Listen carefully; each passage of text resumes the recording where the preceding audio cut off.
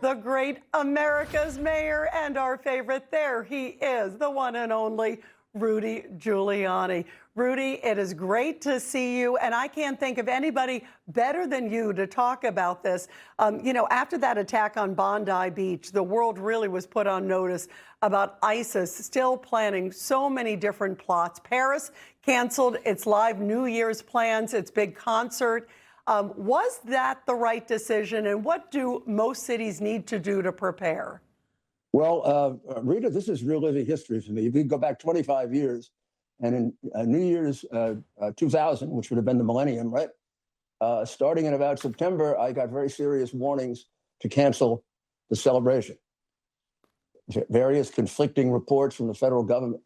Luckily, I was very close to Louis Freeh, who was the head of the FBI.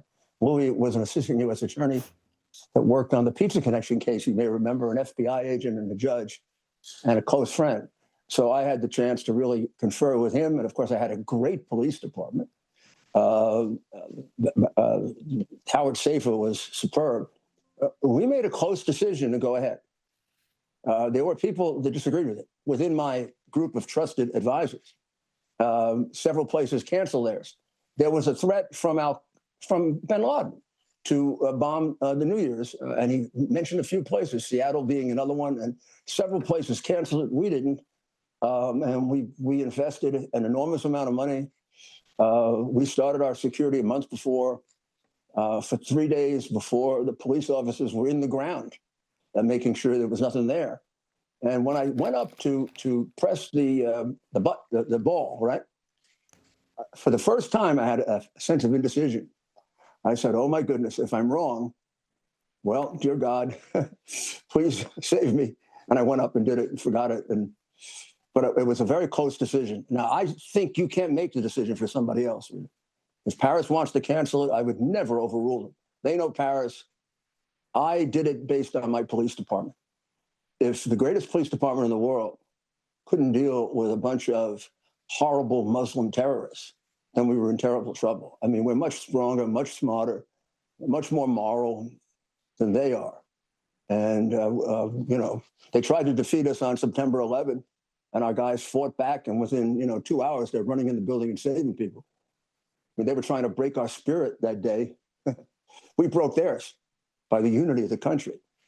So if it were me in New York, I would go ahead. But that's because I know I have the greatest police department in the world, unless the communist who's now going to run it will ruin it. And there's a good chance that he will. I am very, very worried. But Adams is still in charge. The police commissioner is a fine police commissioner in the right tradition. I'm very confident that New York can. If New York can't pull this off, nobody can.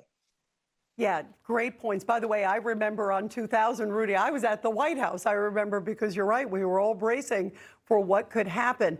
You brought up Zoran Mandani, and of course, he is about to be the mayor just in a matter of days. Unbelievable. You were the mayor. I can't even imagine what's going on through your mind, my friend, to watch this guy take over. And there was a brand new report that came out, and it says that over 20% of his transition team are linked to radical anti-Zionist groups. Of course, his director of appointments, who's supposed to be arranging all the different people to be appointed, had to resign after 24 hours after some very vile anti-Semitic social media posts of hers were discovered. What do you think is ahead under Mandani? Oh, it's very clear. He isn't surrounded by a single sensible adult moderate advisor. The one who's 73 years old, started his career working for Shelley Silver, who's one of the biggest crooks in the history of the city. I mean, when I had to deal with Shelley Silver, I put a clothespin on my nose. Luckily, he spent the end of his life in jail. So it goes from the typical crooked, left-wing, crazy Democrat to straight-out communist and Islamic terrorist. Look, everybody concentrates on his being a communist. Rightly, they concentrate on the fact that he's a hateful anti-Semite. But he's also a supporter of Islamic terrorism, not just Islam. He supports Hamas. He supports terrorist groups. He doesn't condemn them. He has been involved in things that at least indirectly support them. There are a lot of Muslims who say, there are a lot of good Muslims, and we don't support all those crazy terrorists. He's not one of them. He's one who does support the crazy terrorists.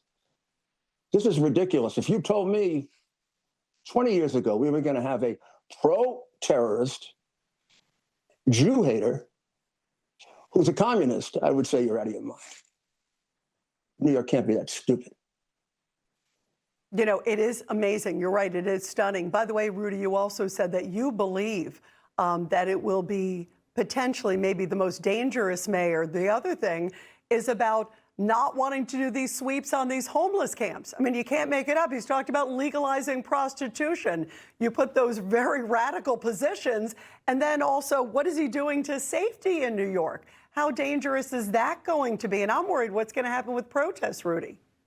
You know, Rita, that may be hard to say. It may be the most dangerous because it works its way up from the bottom. It's like the opposite of the broken windows theory. Instead of taking care of the small things, you're making the small things bigger. And there's a scientific basis to it, too. At least half of those people are paranoid schizophrenics. Isolated paranoid schizophrenics, about 60% of the time, become violent. So what are you doing? You're breeding, the mayor is breeding violence on the streets of the city. So when you look at a group of homeless people living there, figures 6 out of 10 are eventually going to be violent, unless you get them the hell out of there like I did and like Bloomberg did. And Adams was trying. He let it get too far and then had to come back. But I think if he had another term, it might have been different. Yeah, you're right. It very much might have been different. And it is interesting. It's going to be interesting to see what he says, too, after he leaves. Some of the backstory of what happened to him. Before we let you go, by the way, Rudy, on a positive note, America's 250th birthday is next year, as you know all too well. And I love this idea. First of all, there's going to be sort of a red, white, and blue test ball that's going to happen a few minutes after the midnight one at Times Square this year. And then there's going to be a whole new ball that's going to be dropping on July 4th at midnight, ringing in independence. What are your thoughts about that? And how important is this to celebrate our great country? It is important to celebrate our history. Our history, our tradition, our culture is greater than we are. And it's greater than any one person, whether it's Mondami or Trump or me or you. And we all have to contribute to it. Some do, some don't. And if we take care of our part, we'll squish out the immature, communist, terrorist-loving Jew haters. Yeah, appreciating this country, appreciating what we're all about, standing together as one. Among other things, he's a child. He's an inexperienced baby. Right, you're right. Wait, he was a rapper. He was a good rapper, Rudy. You left that out. Yeah, never worked. Never worked. It's incredible. It really is an extraordinary moment. Rudy, thank you very much. And pray for New York. And let's pray for a great and safe, healthy new year ahead. And thank you for your perspective. It really helps America a lot, Rita. Thank you. Yours too, my friend. Yours too. Thank you. Stand strong together. Thank you very much. Information. Truth. Is freedom. Is Newsmax. It's real news for real people.